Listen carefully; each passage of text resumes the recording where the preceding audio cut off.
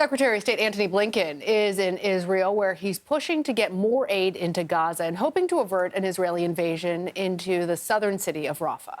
Blinken is also calling on Hamas to agree to a ceasefire deal. This morning, he was met with hostage protesters in Tel Aviv, and the Secretary of State tried to reassure them.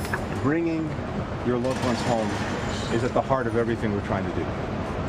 And we will not rest until everyone, man, woman, soldier, civilian, young, old, is back home.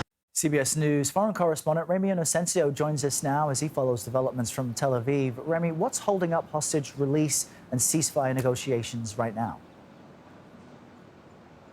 Hi, Errol. Yeah, good to speak to you. Well, really, a reply from Hamas is what we're waiting to hear. That's to a proposal that the militant group received over the weekend from Israel via Egyptian mediators. The details of this haven't been officially made public, but talks earlier this month had centered around a 6-week ceasefire. Then on Monday, Israel lowered its demand of the number of hostages it wanted from 40 to 33 people, just women, the sick and the elderly. Hamas is demanding Israel free hundreds of Palestinian prisoners held in Israeli jails, but one sticking point is that last one. Israeli Prime Minister Benjamin Netanyahu says he can't free prisoners that, as he put it, have blood on their hands.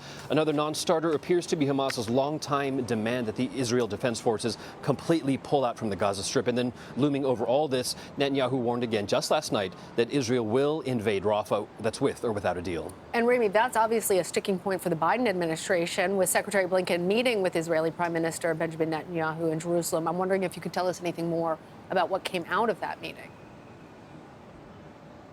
Yeah, you know, Lana, for as much as the U.S. is Israel's biggest backer in the world, as we know, today's meeting felt more like two sides making statements of position, but not statements of agreement. The clearest example of this was about Israel's invasion of Rafah. Blinken said the U.S. government's position is clear. President Biden has said that it would be a catastrophe and that Israel needs to protect civilians in Gaza. But then after the meeting today, the Prime Minister's office released a statement saying that the operation in Rafah is not conditional on anything, implying that it's going to go ahead. And Prime Minister Netanyahu, he said, made this clear to Secretary Blinken. Now, on top of that, Blinken pressed Israel to ramp up more aid for Gaza. Israel says it's taking those steps and pointing to, for example, the temporary pier that the U.S. is building off the Gaza coast.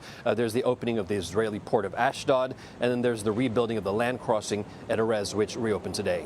Now, Ramy, you spoke with a former hostage whose husband, I understand, is still in Hamas custody in Gaza. Tell us more about that.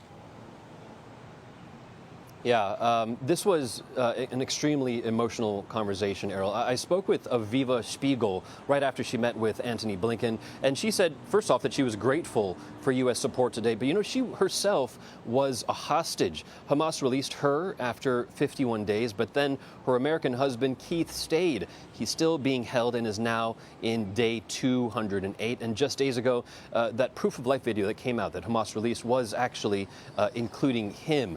Now, I asked her how she managed to carry on after all this time. Take a listen. I feel like I'm broken up into pieces. I know that Keith has had enough. My family's had enough. My country's had enough. But she told me she has to keep strong because he has children to look after and grandchildren who look up to her, and she is doing that today. All right, Ramy, thank you. Thank you.